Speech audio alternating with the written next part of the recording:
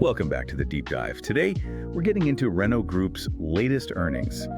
And let me tell you, it's shaping up to be a classic show-me story. Absolutely. It's less about the glossy presentation and more about, well, can they actually deliver? Exactly. We're going to unpack their Q2 and H1 update, figure out the market's reaction, and see what it might mean for you looking forward. Right. And just so everyone's on the same page, today is July 16th, 2025. These numbers actually dropped yesterday, July 15th, ahead of the European market open. The call itself started 12.15 EST today. Got it. And yeah, these results are pretty significant, especially considering Renault's recent journey in the market sets a bit of a different tone now. Okay, so let's hit those headline numbers first. H1 FY25, what do we see? Well, the preliminary H1 revenue was $27.6 billion, which was actually up 2.5% year over year, and pretty much bang on consensus, which was $27.5 billion. So top line, not too bad. Right, no immediate alarms there. But yeah, the operating margin, that came in at 6.0%. The market was looking for 6.9%. So a noticeable miss. Okay, a miss on margin. And what about cash flow? That often tells a deeper story. Oh, it certainly did here. Free cash flow for the first half, just $47 million. Wow, $47 million. Compared to what expectation? Consensus was looking for $645 million. Ouch. That's a huge miss. It's massive. And management did flag a key reason, a $900 million working capital drag that they said hit the first half earnings. $900 million from working capital alone. Still, that cash flow number is stark. It is, but honestly, while that drag is a big factor, the real killer, the headline grabber, was the guidance cut. Ah, okay. So they lower their expectations for the full year. They did. For full year 2025, the operating margin target is now around 6.5%. Down from greater than or equal to 7%. And free cash flow. Previously, they guided above $2 billion. And now? Now it's expected between $1 billion and $1.5 billion. Okay, so that really frames it. It wasn't just a slightly off quarter. It was a forward-looking cut. Exactly. That makes it a clear guidance-led miss. And, it just shows how fast sentiment flips, doesn't it? From sort of tentative optimism to, okay, prove it, even with decent revenue growth. Yeah, the market heard guidance cut loud and clear. So digging deeper then, what reasons did management actually give for, falling short in the first place? Why the H1 weakness? They pointed to a few things. First, they said volumes in June were lower than they'd expected. Okay. Second, there's just generally more commercial pressure out there. The retail market's declining, and that's hitting them. Tough environment. Definitely. Third, their LCV business, the light commercial vehicles, apparently underperformed significantly. The European market for those just dropped sharply. Right. And lastly, something about receivables being impacted by billing timing right at the end of June. Sounds technical maybe, but clearly had a big impact on that cash flow number we talked about. Okay, so a mix of market conditions and some internal factors. Yeah. How did management respond? I mean, especially with the recent CEO change in the background. Did they address that? They did. The interim CEO and CFO, Duncan Minto, he tackled it directly. He called the timing unfortunate, but was very clear, insisted it had nothing to do with the departure of Luca Di Maio. Right, trying to separate the issues. Exactly. And Minto really pushed the message that the new lower 6.5% margin goal is still fully achievable. How? What are they doing differently now? They're talking about immediate short-term cost cuts, plus accelerating a bigger cost reduction plan they already had, focusing on, the usual suspects, SG&A, manufacturing efficiency, R&D savings. Okay. They've promised more details on that plan during the main H1 results presentation on July 31st. But they still tried to sound confident about the current situation. Oh, yeah. They asserted the results are still in line with best-in-class levels, and that they have a structural and sustainable operating margin above 6%. Best in class, right after a profit warning and guidance cut. That sounds like a tough sell. Did they offer any concrete, strong fundamentals to back that up? They did list quite a few points trying to, shore up confidence. They mentioned their value strategy, the flexible model across ICE, hybrid, EV. Standard stuff. Pretty much. They highlighted the new products, 7 launches, 2 facelifts this year. They talked about focusing on profitable retail channels in Europe, where they say they're 15 points above the market average. That's interesting. And good residual values, apparently 4 to 13 points above peers. Plus, a strong European order book, 2 months of forward sales, and inventories down slightly, 530,000 units end of June. Oh, and high factory use, around 90%. Okay, so they're listing assets. But like you said, after a guidance cut, the market's probably thinking, okay, great, but execute. Precisely. Fundamentals are only fundamental if you deliver on them, right? It's all about execution now. So if H1 was tough, what's their argument for H2 being better? What are the specific levers they think they can pull? Right. So they're banking on a few things for the second half.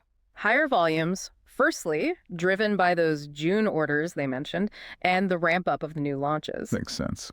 They also expect a boost from lower variable costs. And interestingly, they mentioned benefits starting from H2 from their horse division. That's the combustion engine and hybrid unit. Ah, okay. Plus, just generally keeping a tight lid on fixed costs. What about the market itself? Are they expecting things to get better? No, actually, in the Q&A, they were pretty clear they don't expect the retail market to recover in H2. So improvement has to come from somewhere else. Exactly. They're pinning hopes mainly on that LCV business turning around. They've got a new master van launching, and apparently May-June orders were stronger. And of course, the new product launches across the board. And the working capital drag, will that reverse? They expect most of it to reverse in H2, which is critical for the cash flow. But crucially, they said they don't expect working capital to generate cash for the full year. Okay, so H2 improvement hinges heavily on LCVs picking up and that working capital unwinding even without broader market help. That feels reliant on specific factors going right. It does. It puts a lot of pressure on those specific levers. And how did the stock market react to all this news? Predictably, I imagine. Oh, absolutely, predictably and sharply. The stock closed around 44.7 euro on July 14th. By today, July 16th, after the news sank in, it was down at 40.70. That's a hefty drop. Yeah, 7.7% slide, and trading volume was more than double normal. Investors were definitely digesting that profit warning. And the analyst chatter. Total shift. Mm-hmm. It went from being talked about as a turnaround story to literally overnight a show me story. That margin reset just overshadowed the okay-ish revenue number. Did it drag down other auto stocks? A little bit. Stellantis, Peugeot's parent, fell about 2%, but VW was pretty flat. So it really felt like a Renault-specific hit to confidence, not necessarily a sector-wide panic. Right. And where does this leave the stock in the bigger picture? Well, it had rallied quite nicely, about 18% from the April lows. There was optimism about the Ampere EV spin-off plans and the Nissan stake changes. But that's gone now. Pretty much gave back most of those gains. You had the CEO leaving in late June and now this guidance cut. So over the last 6 months, the stock's basically flat. And year on year, it's still down low double digits. So boiling it down for someone trying to understand this, what's the takeaway? The takeaway is that management can talk confidence, but the market isn't buying it just yet. It's demanding proof. They need to execute, especially on cutting costs and delivering that H2 cash flow recovery they've promised. It's gone from big picture vision to gritty details and delivery. Exactly. It's a classic prove it moment. We see this pattern, A stumble followed by intense scrutiny on execution. Can they hit these new lower targets consistently? That's the question now. Okay, so let's shift gears slightly. Put on our speculative thought experiment hats. This is absolutely not financial advice, just kicking around ideas based on what we've heard. How might someone think about playing this situation, given the volatility in the narrative? Right. Definitely not financial advice, just a mental exercise, putting ourselves in the shoes of, say, a hedge fund analyst looking at this. Go on. Okay. So given the market's laser focus on the guidance cut, the LCV weakness, you could almost think about a short straddle on Renault. A short straddle, betting that the stock won't move much. That seems counterintuitive after such a big drop in warning. Well, here's the thinking. The market has clearly priced in a lot of negativity, a lot of volatility. That's why the stock dropped so much. But management has laid out a plan for H2. It relies on tangible things. Volume from launches, that working capital reversal. Okay. So what if they simply meet the new lower guidance? What if they don't surprise massively to the downside again, which is kind of what the market is braced for? And what if those cost-cutting details on July 31st offer just enough reassurance? Then the stock might just grind sideways. Or maybe recover a little, but not dramatically. Exactly. If the retail market doesn't fall off a cliff completely and they hit these revised, fully achievable targets, then the implied volatility priced into the options might be too high. A short straddle profits if the stock stays within a certain range, letting the time decay erode the value of both the puts and the calls you sold. So it's a bet that the market overreacted just enough, and now the drama might actually calm down if they just execute modestly well on the lowered bar. Precisely. It's a bet on the current volatility premium being unsustainable if they just manage to stabilize things and meet the new, less ambitious goals. Again, pure thought experiment. Fascinating way to think about market expectations. Okay, So let's just quickly recap the core points here. Renault's H1 was challenging. Big guidance cut for the full year, driven by market pressures and a significant working capital issue. correct. But management has responded. They've laid out a plan, accelerated cost cuts, focus on H2 execution to hit these revised lower targets. The ball is definitely in their court now. They have to show the market they can deliver. Absolutely. And one last time, remember, none of this is financial advice. But it does leave us with a key question, doesn't it? Something for you to think about.